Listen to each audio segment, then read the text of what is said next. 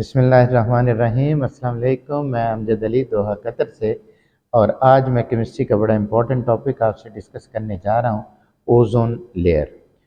ये blessing of ozone layer मैंने इसको हेडिंग दिया है। ये 10 ग्रेड की केमिस्ट्री में चैप्टर नंबर 14 है, वहाँ ये टॉपिक मौजूद है। ओजोन लेयर को डिस्कस करने से पहले हमें कुछ पता होना चाहिए हमारी एटमॉस्फेयर के मतलब।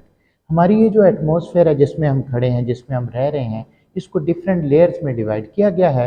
वो आपने 10 ग्रेड की केमिस्ट्री में भी पढ़ा होगा। स्ट्राटोस्फेयर है, ट्रोपोस्फेयर है, stratosphere, mesosphere, thermosphere and exosphere. और ये लेयर्स जो बनाई गई हैं एटमॉस्फेयर की, ये कि क्या इनकी डिस्ट्रीब्यूशन है। लाइक ये है हमारी अर्थ जिस पे हम रह रहे हैं। अर्थ से जो नेक्स्ट नियरली 12 किलोमीटर तक जो लेयर है वो है ट्रोपोस्फेयर, जिसमें हम लोग रह रहे हैं। और उससे नेक्स्ट फिर ऊपर जब जाते हैं तो फिर ये आती है हमारे पास स्ट्राटोस्फेयर। स्ट्राटोस्फेयर से फिर ऊपर मीजोस्फेयर आती है। मज़ीद मैं आपको एक और स्लाइड दिखाता हूँ। यहाँ देखें, ये ज़मीन है जहाँ पर हम रह रहे हैं, और ये हमारी एटमॉस्फेयर है। हमारी जो लेयर है वो है ट्रोपोस्फेयर, यानी ज़मीन से ऊपर अगर 11 माइल्स तक आप जाते हैं नियरली तो ये ट्रोपोस्फेयर है। उससे ऊपर नियरली 30 माइल्स या 50 किलोमीटर अबव अगर आप कहें तो ये है स्ट्राटोस्फेयर। स्ट्राटोस्फेयर में ही ये ओजोन लेयर मौजूद है।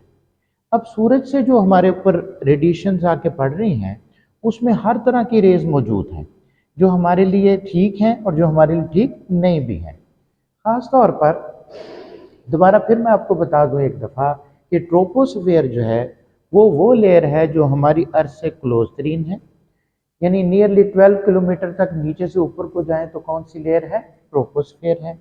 और ट्रोपोस्फेयर में ओजोन बस थोड़ी सी मौजूद है, ट्रेसेस ऑफ ओजोन।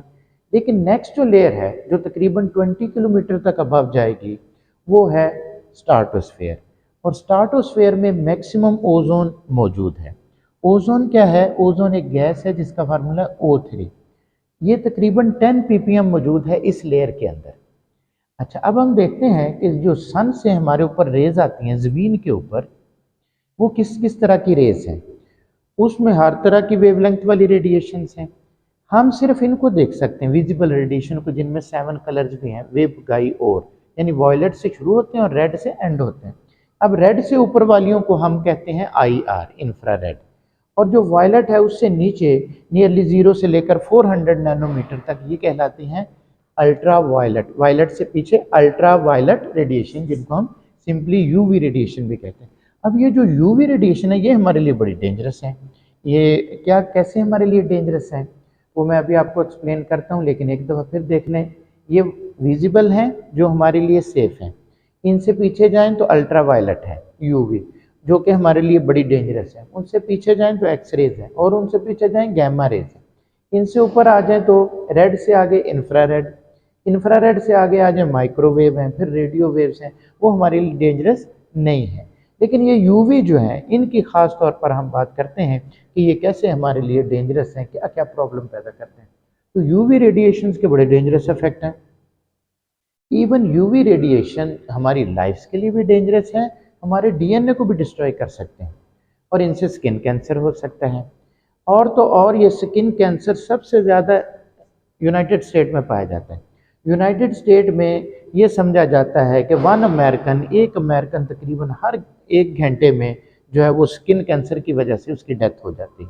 तो लिहाजा अगर हम ये जो सन रेज हैं यानी UV रेडिएशन, उनको अनप्रोटेक्टेड फेस करते हैं ज़्यादा देर तक, तो हमें स्किन कैंसर का बड़ा चांस रहता है। मज़ीद यहाँ देखें, harmful effects of UV rays में क्या हो सकता है? Skin cancer. देख रहे हैं अब डिफरेंट लोगों का क्या हाल हुआ है। इसी तरह से आईज़ को अफेक्ट करती हैं ये UV रेडिएशन, उनमें आई ब्लाइंडनेस हो सकती है।